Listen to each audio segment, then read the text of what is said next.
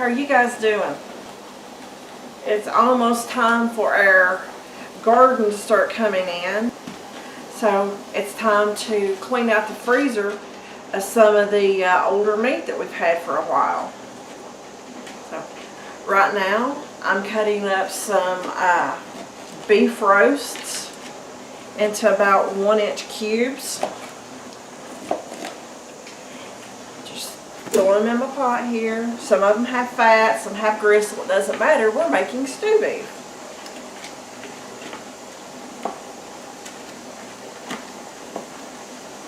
We had a friend give us a bull a couple of years ago who had unfortunately broken its leg.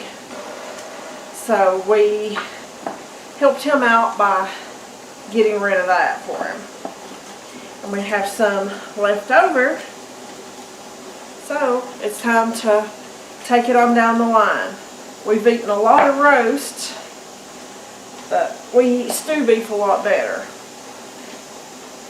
But like I say, I'm cutting it up into cubes, you know, just like you would buy out of your local grocery store.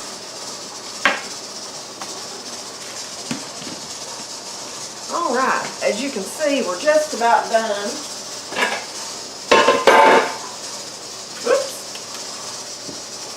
With cutting up of the beef.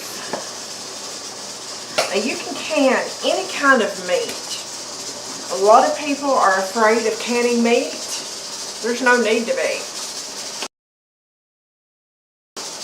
When you're busy, whether you have a farm, whether you're a working mom, whether you just want to be prepared in case of a power outage, it's always nice to have canned meat on hand. So, there we go. We've got a 5-quart Dutch oven right there, full of my cubes, like I said. Alrighty, I got my jars out of the dishwasher. That way they're nice and clean and sterilized. Right now, I'm putting canning salt in my jars. I'm putting a 1/2 teaspoon since I'm using pints. If I was using quarts, it would be a full teaspoon. I've already looked at my jars and made sure that there's no nicks on the top and that there's no cracks. So, got the salt in there. Get it out of the way. I'm just going to take my tongs and get some of the pieces of meat and put in there until it's full. Then I've got a chopstick. And what I'm going to do with that is I'm going to mash everything in there down. That way more stuff, more beef will fit into the jar. And it also reduces the air pockets. We need to leave about 1 inch headspace on top. I can put just a little bit more in there because this will shrink up a lot during cooking, just like normal whenever you cook it. We do not need to add any water to this. It will make its own broth. I've got my rings and my flats. And the only thing that I need to do is put them hand tight, like this right here, until I get them all the way full. Or get all of them full, I should say. Then I will put them in a pressure canner until they're done. For pints, they're going to cook 1 hour and 15 minutes on 10 pounds of pressure. And quarts cook for 1 hour and a half on 10 pounds of pressure. That's what I use for all my different meats, regardless of what kind that it is.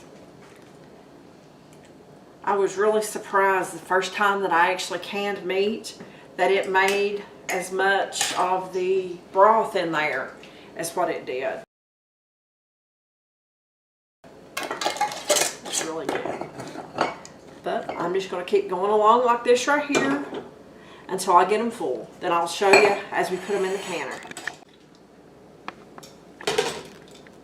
Alrighty, that's the last of this beef. Make sure it's all pushed down in there. Wipe this off to make sure that we don't have any meat or anything dropped that could prevent it from sealing. Putting the last lid on.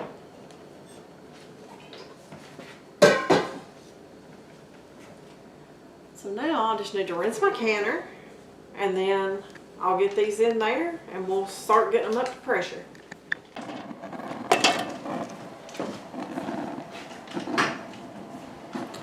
I've already got the gas turned on in the canner.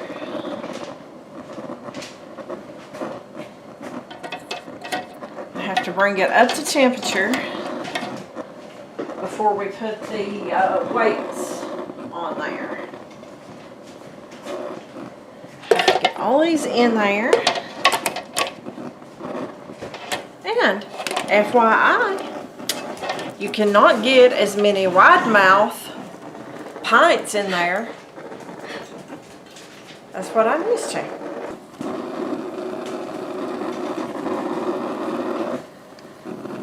You have to put water in here.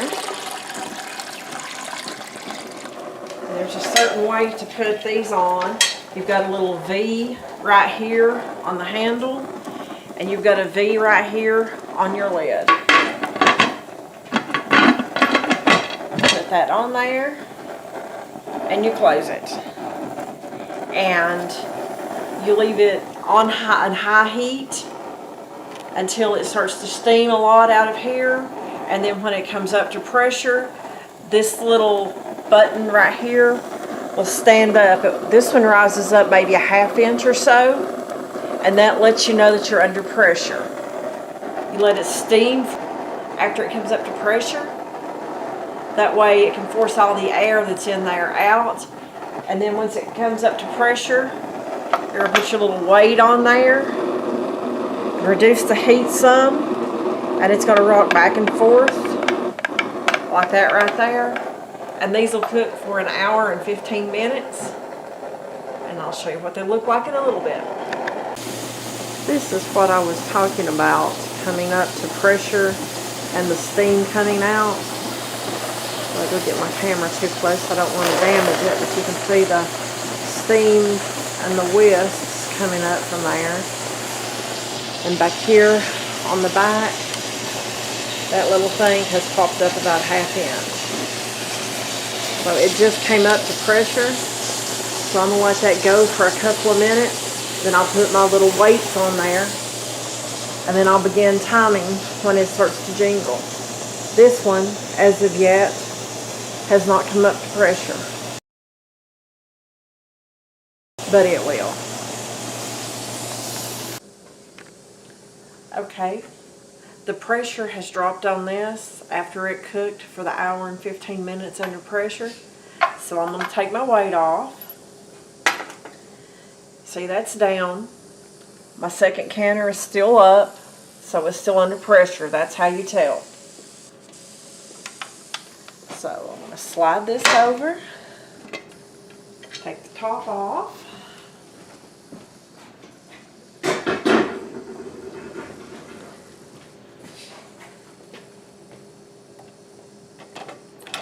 Wiggle around until I can get a hold of one of these things. That's always the funnest thing. Look at the bubbles in that.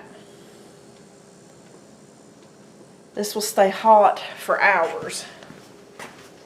So just bring it over and set it down. And as it cools, it will pull the seal down.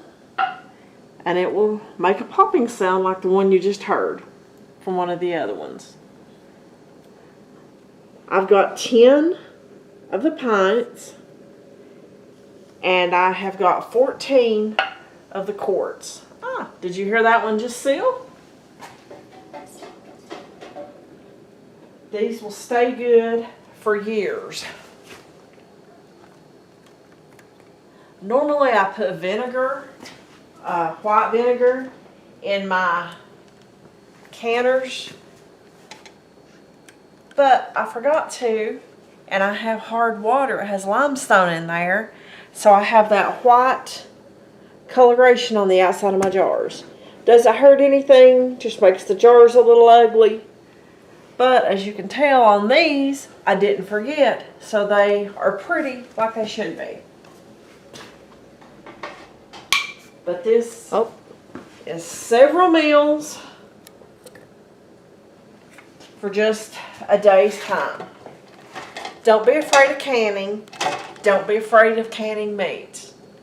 It's really easy, and you've got something that will last forever. Well, maybe not forever, but for years.